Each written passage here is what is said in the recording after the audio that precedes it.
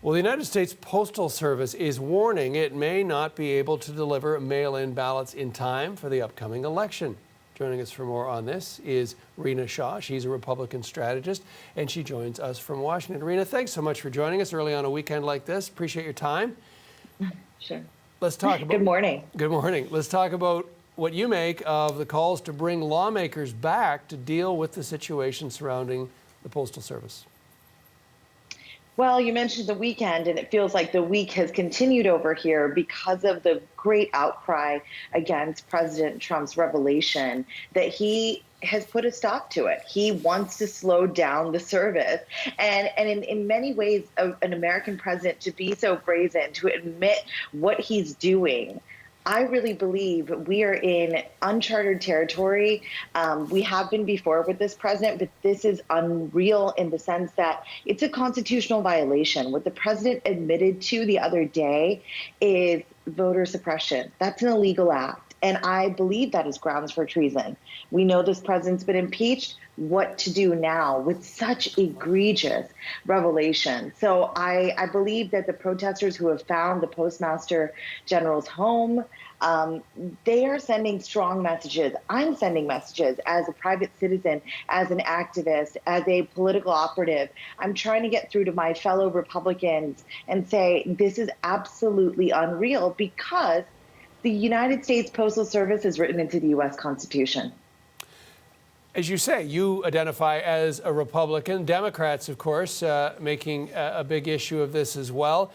Some, though, comparing the situation unfolding in the United States to dictatorships, to developing world situations where democracy isn't allowed to be exercised. How worried are you about the state of American democracy surrounding the ability for Americans to vote during this pandemic and the Postal Service? I'm incredibly worried. There's no reason this issue should be partisan. We should look at facts here. The U.S. Postal Service handles so much, especially with the advent of online shopping. This U.S. Postal Service, no doubt, has been underfunded. No doubt has had challenges when it comes to modernity. But every holiday season, this U.S. Postal Service delivers.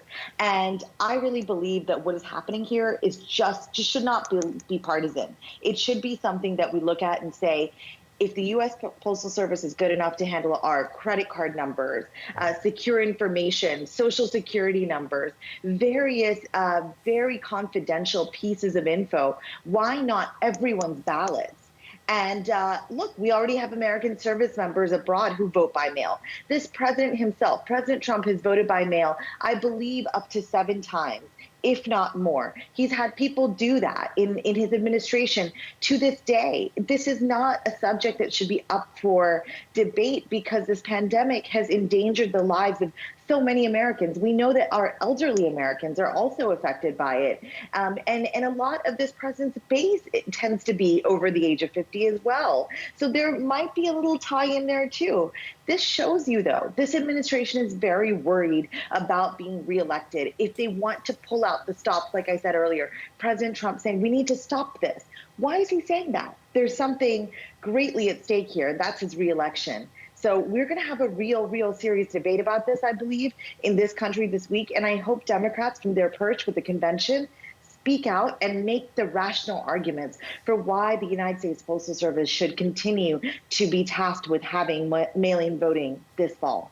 Well, let's talk about those concerns around the re-election strategy, because as you say, many of the voters of the president are elderly. The military, as you noted, vote using the mails, but also people in rural communities as well. So is this not a gamble to potentially disenfranchise those who might vote for the president as opposed to trying to disenfranchise perhaps those who might vote against him? No doubt. And I think that's what this administration probably took into account, but the president didn't take that into account. He tends to just shoot from the hip, as many know. And I think this was something that occurred to him that, he's got a guy by the name of LaJoy, the Postmaster General, who is his guy. He likes to call his people because he believes they will act, as he says, very much dictatorially.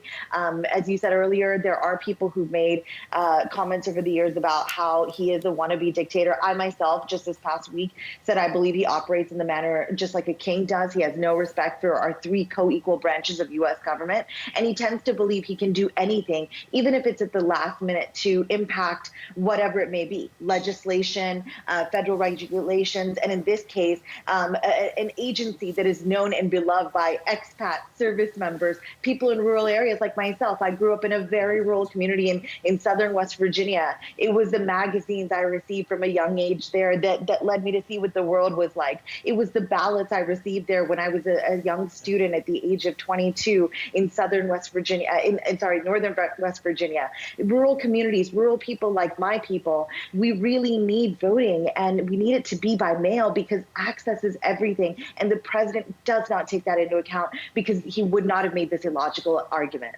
All righty. We will be watching. Rina Shah, thanks for your time. Appreciate it. Rina Shah, Republican strategist, joining us from Washington, D.C.